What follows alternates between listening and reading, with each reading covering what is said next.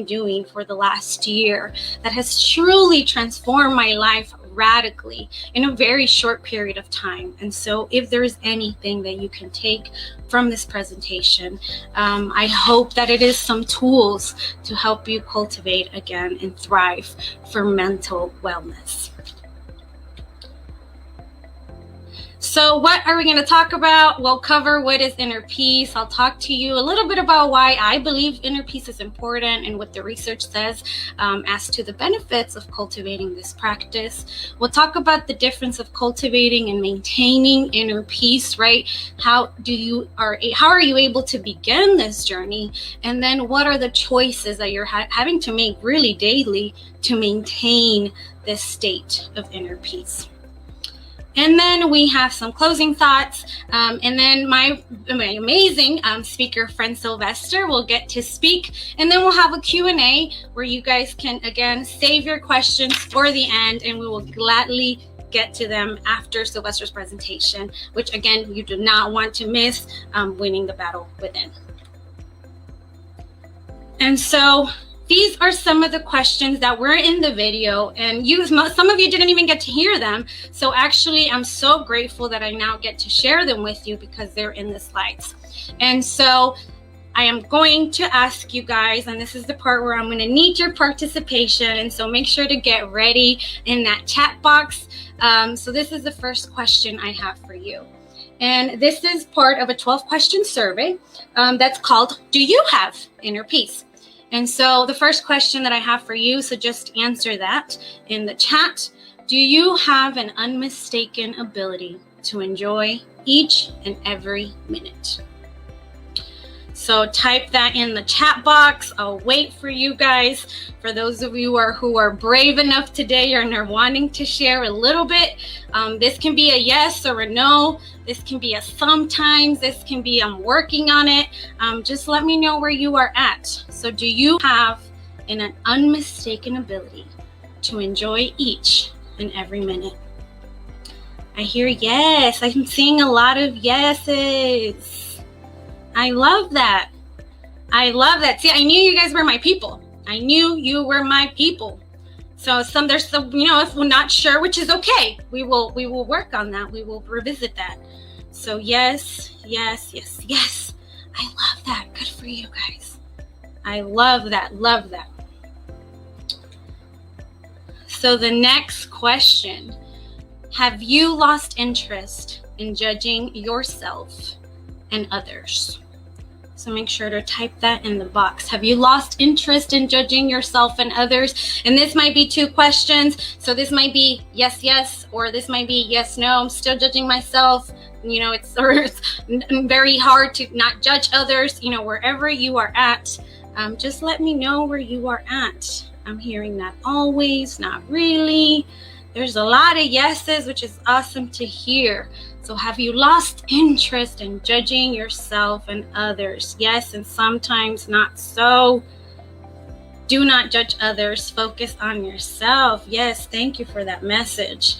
Yes, and sometimes no. Yes, I have before. See, that's good. That's very great to have awareness of other points in your life where maybe this practice was a lot easier. Sometimes, no, I still judge myself. Don't worry about it, Kent. We're all working on it. I'm working on it. And so I was just judging my video because I was like, oh my God, y'all can't see it. Y'all can hear it. So don't worry about it. Yes, sometimes. Sounds good. So let's go to the third question. Do you have feelings of connectedness with others and nature? So do you feel connected with others? Can you feel your connection with nature, right? Do you feel that we are all connected and understand that we all come from the same source?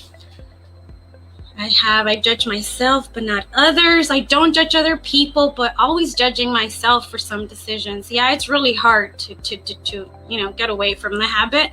I feel like, especially the social media culture, right, perpetuates this ability for us to judge ourselves. Sometimes I compare myself with others. Yeah, it's really easy to do it. The big yes. Yes, of course. Yes, I love the capital letters. No, I don't know. Okay, we can figure that out. That's what we're here to do. With nature, yes, but with other people, you might be one of my people sometimes. I understand that. Good evening, everybody. Yes, I feel it all the time. Yes, we are connected to nature and nature lovers. I love it. See, I knew you guys were my people. I knew it. Yes, I feel connected. Good. And then for the fourth question, do you have an increasing tendency to just let things happen rather than try to control things happening around you? So how are y'all at just going with the flow, allowing things to unfold, expecting things to go well? So are you able now to just let things happen? Less with people and more with nature. I love that. See, we got to work on the people part, which, this is what we're here to do, right? We're working on the people part. Yes, nature gives us life. Absolutely. It's the life source. Nature is healing. Confused maybe. Sometimes big yes, of course, yes. Yes. If it is out of my control. Okay, good, awesome. So yes, always, yes, there's always reason why things occur. I just let it be. Yeah, do you believe that things are divinely orchestrated? Do you believe in a higher power? Do you believe in the power of the universe, right? Yes. Maybe it depends on my mood. Absolutely. I'm with you there. I'm still learning. I'm still a student of life. I'm not perfect at this, guys. I'm still working on it. Yes, when it's beyond my control. Yes. It's a big yes. I love the big yeses. Sometimes I rather control things happening around me. I'm going to be honest. I would much rather always control things around me, but I know that that's not really the reality. And so, yes, I am also working on that. I'm with you. You're one of my people. Letting things happening, yes, but I control my actions. Very important difference, right? Yeah. Trying to control things, but when you're not really motivated, you tend to just go with the flow. Yeah. There are times that I let it flow, less stress, and I wanted to isolate more from others because I am sensitive. Definitely, this is a very important question for me. I am also an empath. I am an intuitive. I'm an energy reader. I immediately take in people's energies, which is why I'm having to be more mindful and why this course is so important to me, because my own ability to cultivate my inner peace and manage my own energy has become critical, right, in the work that I do. Yes. I love it. So you can create your own path to light. I love it. So let's get into it then. Just now that I know most of you are. So thank you so much for engaging in the chat. There's going to be other points where we can engage. But again, I'm looking at the comments. Please feel free to drop in your thoughts and I'll go back to them as much as I can. But now let's get into what inner peace is. And so I bumped into this quote that I wanted us to consider and really let simmer and think about. So if you want to find inner peace, you will need to initiate decisions based not upon convenience, success, or conformity, but upon how the outcome will affect your peace of mind. And I thought this quote was so powerful because of the implication that this has to be a lifestyle change. This has to be a mindset shift that happens that now causes you to make decisions, right, differently. Maybe it's not the core value that was guiding your life before, but now being very intentional that we make decisions based upon, do they keep or maintain or cultivate our inner peace? So just so you guys know, like I said, I'm a student, right, of life. I love learning. So when it came to this topic, one of the first things I did was run to the dictionary, run to, the internet and search, right? What are the definitions of inner peace? What is out there? How can we put this together for people? So what is inner peace?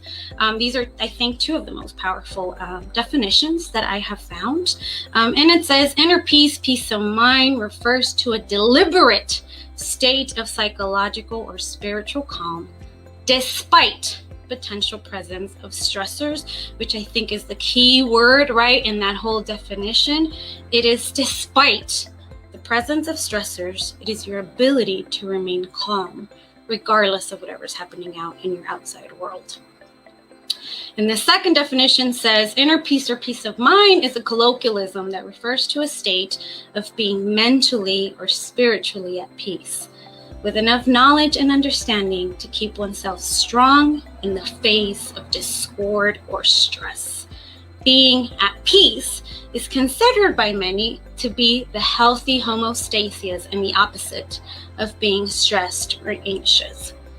And this quote was specifically important to me because it addressed the point, right, of stress and anxiety becomes, which I feel is like the other pandemic that we're dealing with in the entire world, right, is the stress and the anxiety that this global pandemic and this collective experience, right, has caused in our bodies, in our mind, in our spirit. And so for me, what I loved about the second definition was with enough knowledge and understanding to keep oneself strong. So there's an intent of wanting to gain tools and being able to prepare yourself to maintain this strength, right, in the face of stress. And so to me, there's a sense of preparation. And one of my friends gave me an amazing quote, and he said that chance prefers the prepared mind. So preparation in anything in life is incredibly important, right? And so cultivating this practice, practicing these habits will lead us, right, to where we want to get to when it comes to cultivating inner peace. And so I have to be honest with you guys because you guys are already my friends and I can't lie to y'all. And so I have to be super honest with you guys. There's gonna be some things that you will need to do or change or try, and it might be uncomfortable for some of you, to be able to achieve a new state that maybe you're not accustomed to. So you might have to do one or maybe all of these things to achieve this state of inner peace. So you will have to create your own definition of inner peace. It's not going to look the same for everybody. It's not going to look like mine. You have to decide what it is like to you. You might have to have a completely different mind shift. I'm going to be completely honest. Some of us naturally go, right? We talked about it. Some of us naturally tend to compare ourselves to others. Some of us naturally tend to, and I don't think we are to blame. I think society, I think media, I think social media, right, causes us to fall into these troubles because I really think that, when we live in certain economies, people need to make money. And so they feed off our insecurities. And so there's something that we have to be very mindful of the messages that we are receiving. We have to be willing to change our own narrative. We might have to change and rethink and redefine some of our identities that will no longer fit to this new description of what it means to maintain inner peace in our life. We will have to introduce new ways of thinking, try new things maybe that you haven't tried before, create new habits, maybe change your whole routine, honestly. Maybe even reshape or redefine some of the core guiding values, right, that have been guiding your life so far. And most importantly, I leave this for the end because this is where really the hard work starts. In the spiritual community, they call it, right, shadow work. There's a lot of things that it's called, but I don't want you to get caught up in the jargon. It's going to be so important to be honest with yourself when you start this process. And that's only because you're listening and because it is your process and you have to take ownership of this. And you cannot get to where you're going if you're lying to yourself about where you're at right now. So being very honest about where you're starting this journey was something that I think hurt my ego last year. It was something that I had to recognize parts and areas in my life where I was becoming bitter, where I was becoming angry, where I wasn't being my best self. I had to admit to myself some of the habits that I was actively engaging that were not helping me maintain my own inner peace. And so I ask of you from this entire process, being honest with yourself is going to be the first step to get there. So this is where I'm going to need y'all to engage again. Go back into the chat box. And thank you, by the way. I see that everybody's still engaging. And yes, again, I will go back to them as much as I can. But what is inner peace to you? So type your response in the comments. Just write the first words that come to your mind. What does that look like? What does that feel like? What are you doing? What are you feeling? Who are you with? Right? What is inner peace to you? So make sure to type it in the comments so I can hear from y'all. But while you type, I'll let you know some of the things that, cultivate and maintain inner peace for me. Stillness, gardening, the ability to cultivate daily moments of joy, cuddling with my husband, who is seriously one of my favorite people in the world, and one of my biggest supporters, having a balanced day, which to me is not a day of productivity, but it's a day where I get to maybe work, but I get to work out, and I get to sleep, and I get to rest and enjoy my family. A day with good sleep. I just like to sleep. I like to nap a little bit, so don't mess with my sleep. So intimacy, and not just physical intimacy, but emotional intimacy, right? The ability to be at peace with the relationships that I am and where I can be myself. Dancing, I love dancing. I am a dancer. I've always been a dancer my whole life. And discipline and commitment to myself have had to become an inner peace, because this is something that I'm doing for myself.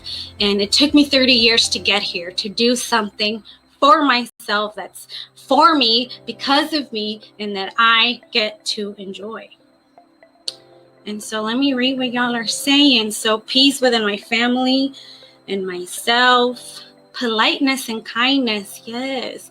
Inner peace is sanity, absolutely. In this world, yes. Inner peace for me is letting go and let God, yes. Leaning into your faith. Inner peace is having a calm and stable state of mind, no matter how stressed you are. Yes. No fear, no doubt, yes. No worry. Loving myself, yes. Able to fulfill my full responsibilities. When I feel inside and outside joy, I love that. Contentment in life. For me, it's how I manage myself in the simple ways. That's inner peace. That is deep. I love that. Inner peace is the moment free from anxiety. Yes. Worry-free living. I love it. Being happy and contented. Avoiding selfishness. Yes. Being able to do things that I ought to do. Absolutely. Staying sober and calm. Yes. Self-love, it's happiness. It's for me staying calm. I love all of these responses, because again, you guys are already on track. And I'm not here to convince you that inner peace is important. I feel like you guys already know this. And if you don't, then I can't convince you that. But I will share what the research says. So why is inner peace important? Why would it be something that you want to cultivate in your life? And this is what the research shows. So there's definitely shown, that research has shown that there's improved mental health. You have more tools to deal with stressors. It's easier to remain calm. You then also gain the ability to see beauty really in life, or in the little things, which usually you realize that the little things are always the big things in life. You also create an awareness of the power of your language, that our thoughts and our words create our reality. And so every thought I think creates my future, because every thought becomes a word, every word becomes an action, right? And every action becomes your character. And so one of the coolest research that I found was from Bruce Lipton, who is a biologist who has won the Geo Peace Award and has been recognized for his contributions in peace research when it comes to the effects of peace within our genes and our physical body. So one of the coolest things that he found is that literally changing your perception, changing, right, from negative thinking, negative self-talk to positive self-love and self-talk can actually alter the activity of your genes. It doesn't just change the brain waves in your brain, but it actually begins to heal you from within. All the way into a genetic level, which is, it is amazing, right? That we have been talking about for a year about illness. And to me, it is so counterintuitive to talk about illness when we have to focus on wellness, because positive self-talk literally is a healing practice for our bodies. Yes, the power of language, absolutely. And so it is definitely easier to cultivate joy, empathy, compassion, again, improved overall health. There's also research that shows that increasing positive emotions can lengthen your life up to 10 years. The awesome thing about inner peace and being positive is that this energy is contagious. Once you're able to change this within yourself, you will immediately start seeing the changes in your relationships and in your external world. And then also Gallup studies shows that 9 out of 10 people say they are most productive around positive people. And so it doesn't just, strengthen your emotional, mental, emotional wellness, but also helps your mental wellness. It rewires your brain. There's increased intelligence and improved focus and memory. And for those who, are saying true, and maybe there's some false and some skeptics, I can definitely get you guys the research behind this. Happy to share that with you guys. That's what we're here to do. We're here to share and co-create knowledge. And so how can we cultivate and maintain inner peace in our life? This is where the good part starts. And in my course, I have a course. All of these concepts come from my course, 7 Ways to Cultivate and Maintain Inner Peace, which is an online course where I walk my students through multiple videos and exercises on how to maintain and make this a daily practice. So there's 3 things that I focus on. We focus on rewiring our brain so we can allow our genes to heal and generate to avoid disease. Because when the body is not at ease, we then create an environment that causes disease. And so I want y'all to go look up the definition of disease when you get a time, and it is anything that causes our body to be out of balance. And so some of the things that you see on the bullet points are things that we do in the course to be able to help rewire our brain to a state of inner peace. And then we focus on rebooting our gut health and our immune system, being mindful of how we treat our bodies, from what we intake, from what we consume and eat in our diet, to even how we talk to our bodies, how we talk to our womb, how we talk about our period, maybe as women. We completely want to change again and reframe our relationships with our gut, with our body, with our immune system, and rewiring our bodies for health. And then at the end, we talk about boundaries because, let me go back. There we go.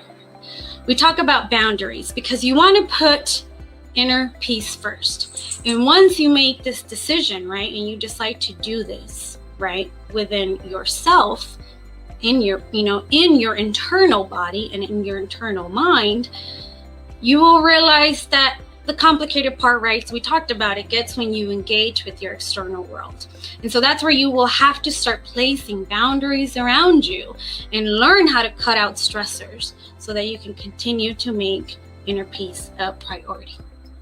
And so again, all of the above stimulate and perpetuate new neural pathways in the brain.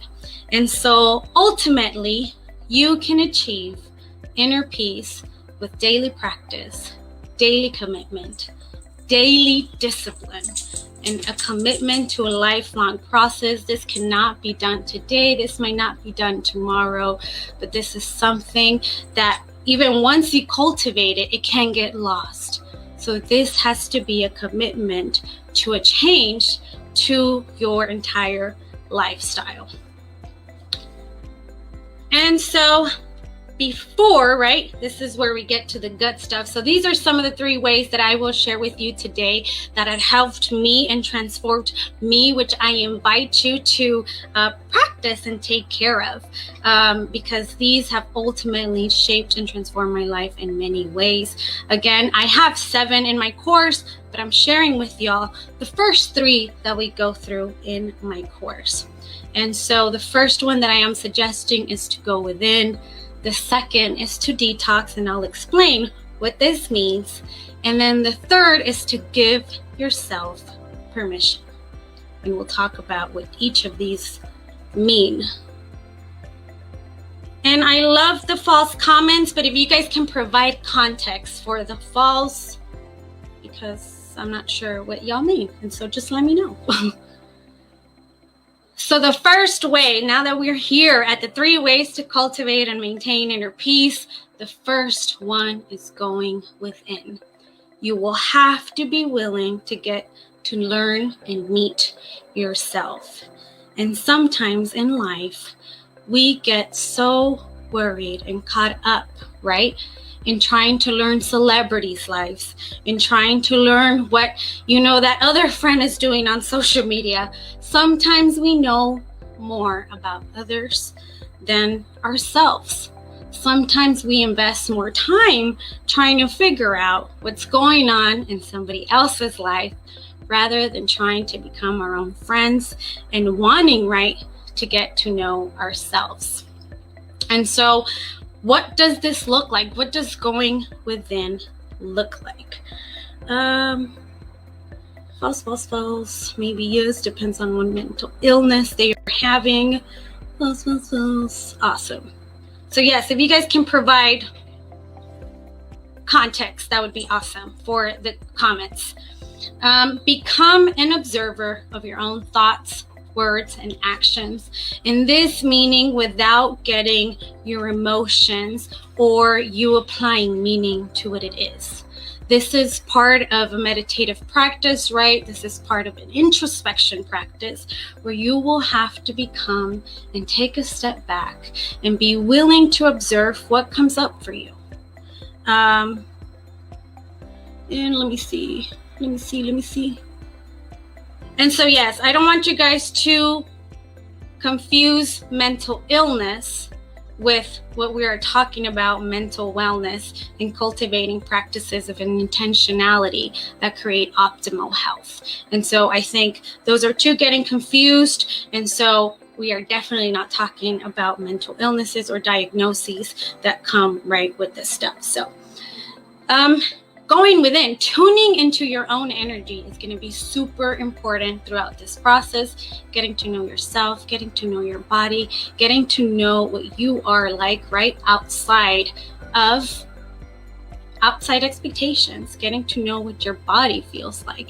And one of the things that I realized after being right in the workforce for 10 years and then going back inside, for a whole year being in quarantine, was what I realized is I didn't even realize how much energy I was taking in. I didn't realize how much I actually did absorb people's energy and how much it actually weighed me down. And so this is going to be so important to check yourselves, to check ourselves when we are not making decisions that are for our highest and optimal self, when we are not making decisions, right? Checking ourselves in our habits, checking ourselves in our thoughts. And then we also have to slow down and celebrate our wins, measure our goals, and being willing to pivot when you need it. And so for the last one, and this is going to be one of the most important parts throughout the entire process, you have to be willing to be able to be alone with your own thoughts and allow yourself to feel whatever comes up. And I say this because one of the things that happened to me in quarantine, which I realized is probably what led to, right, my spiritual awakening, is that being alone with your thoughts requires discipline and accountability. And if you have no accountability and discipline in your life, being alone with your thoughts becomes extremely difficult, it becomes extremely painful, and it becomes stressful, right, in some ways, and then doesn't allow us to maintain our inner peace. And so I love this quote by Marvin Gaye: if you cannot find peace within yourself, you will never find it anywhere else.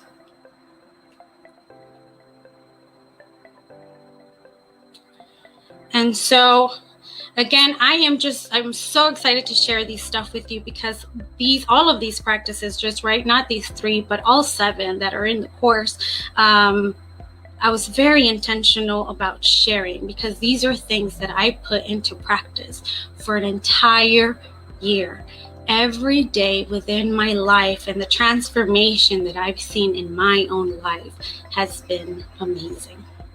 And so, number 2, detox. And I don't want us to think about diet culture or, you know, what we usually think about or hear in media when it comes to detox.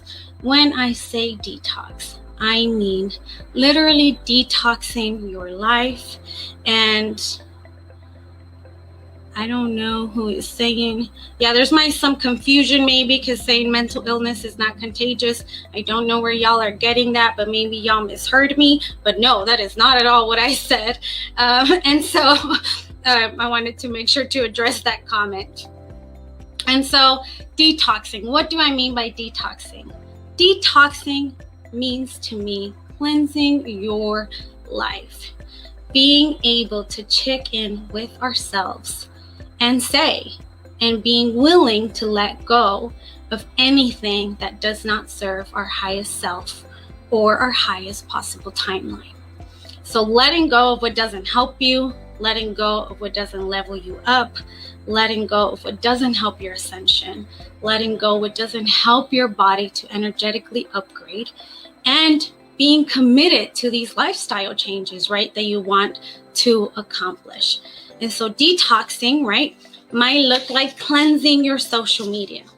It might look like not allowing anything in your social media that doesn't feed you, that doesn't entertain you, that doesn't educate you, that doesn't empower you, anything that doesn't serve you to be more critical, to be more thoughtful, to be, more intentional about your life, are things that shouldn't be in your feed, because these do not let you to go up and ascend. And so this might also look like detoxing food that is not healthy, that is not helping you be in optimal health. And so that could possibly be something. You might have to detox people or bad habits or negative self-talk. And one of the coolest assignments and one of the first assignments that we have in the course is starting off with, I no longer wish to. And starting off that sentence in your journal, I no longer wish to, and creating a list. What do you no longer wish to tolerate? What do you no longer wish to have in your life? What do you no longer wish to continue to maintain in your life? And so, there was some definitely, I was talking about positivity is definitely contagious. And again, I am happy to share that research with y'all. Or, not just the research, but also my own experiences with things. So, and then again, detoxing is just removing whatever barriers and obstacles are in your life that don't let you move up and level up. So while you can't control somebody's negative behavior, right? We talked about maybe not being able to control everything, not being able to control people, but you can control how long you participate in this. You control how long you participate in someone's actions, in something that no longer serves you. And so how you decide to maintain what you decide to entertain will make a difference. And so detoxing our life and cleansing, right, what no longer serves us is critical to be able to maintain our state of inner peace. And the third, last but not least, and one of the most critical points of this journey is being willing to give yourself permission. And so one of the things that I realized, and one of the most powerful, honestly, things that I did for myself in this journey was giving myself permission to make this journey, right? To share, right, what I'm sharing with y'all, to make it look like and work for me. Again, all of this might not work for you. Maybe one of these things work for you, but not all three. But maybe none of them work for you. Maybe it was a quote that helped you. Again, this journey is going to look different for everybody. It's going to be your responsibility to really take inventory of your own life, of your own approach to life. And then we talk about reframing success, which is the first concept that we get to when we talk about giving yourself permission. We want to reframe success. Society and the culture that we have created has told us that our innate value is given to what we do. We are successful if we create, if we produce, if we're giving, if we're doing, and we have to reframe our idea of worth and of success to us just being, innately worth, and understanding that every human being has an innate sense of dignity. And yes, it might be radical and I can feel some pushback, but you have to be willing to reframe some of the thoughts and the concepts that we've been given to be able to challenge these views. And like I said, it might be false for y'all, but this has been incredibly true for me. And so reframing rest. Rest has also been something that we have been taught to think about as a reward. You can rest once you complete that project. You can rest once you get that done. You can rest when you have done something, right? Rest is a reward, and it is not a reward. Rest is a natural process that our body needs to go through to be able to cleanse our body, to be able to cleanse our mind, to be able to allow our body to restore its energy. So we have to be willing, again, these are all, you're having to be willing to reframe these ideas like success or rest. And lastly, for giving yourself permission, you're gonna have to give yourself permission to reframe boundaries in your life. So if you want to reframe boundaries in your life, you have to be willing to say no. And one of the most powerful things that I learned this year that someone told me was that no is a complete sentence. And what we mean by no is a complete sentence is that you have to be willing to draw boundaries and say, no, I do not want to do that. No, I do not want to be treated that way. No, I will not accept this in my life. No, I do not want to continue to engage in this conversation. No, I do not want to pay mind to negative comments. No, I do not want to do this. And so no being a complete sentence is so important. It was so important to my journey where I realized that I needed somebody else to give me permission, which is why this module came to be. I realized when I saw that quote, I was waiting for someone to give me permission to be able to say no to the things that I don't want to longer do, that I no longer want to engage in, to have my best optimal life. And so now I will only say yes to the things that I want to say yes to.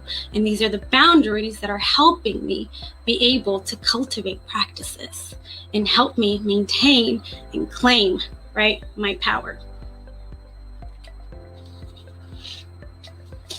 And so these are the things that I want to challenge. And I'm glad we got some pushbacks that are saying no and that are talking about mental illness and are confusing maybe, right, diagnosis with this conversation of thriving for mental wellness.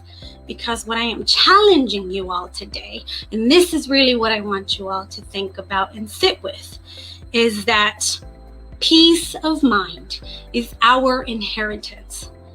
We simply need to remember that peace is our natural state.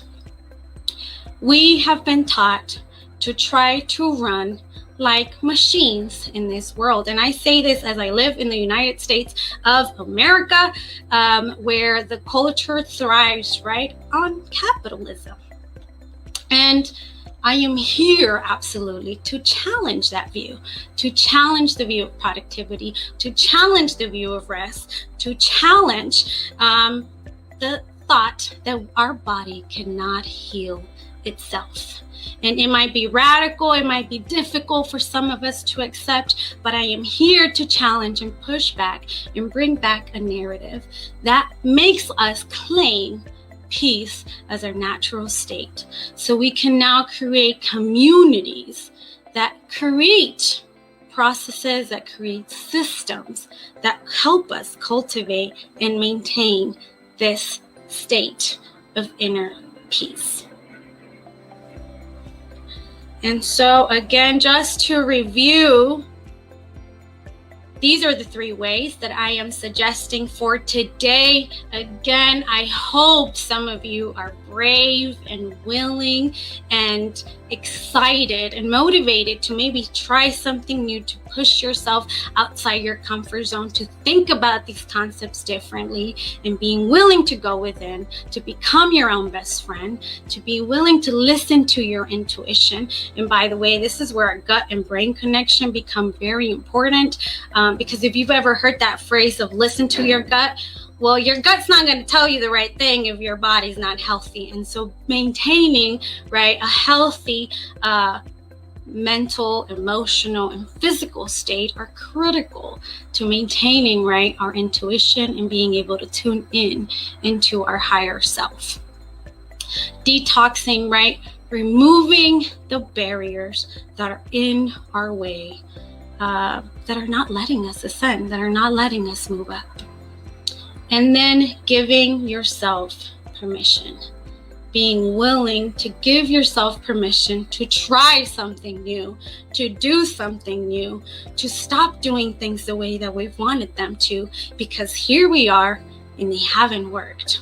And so all I can tell you is that all of these concepts have become so critical for me in my 30s, because I can look at my elders and they look stressed and they look tired and they sometimes look hopeless.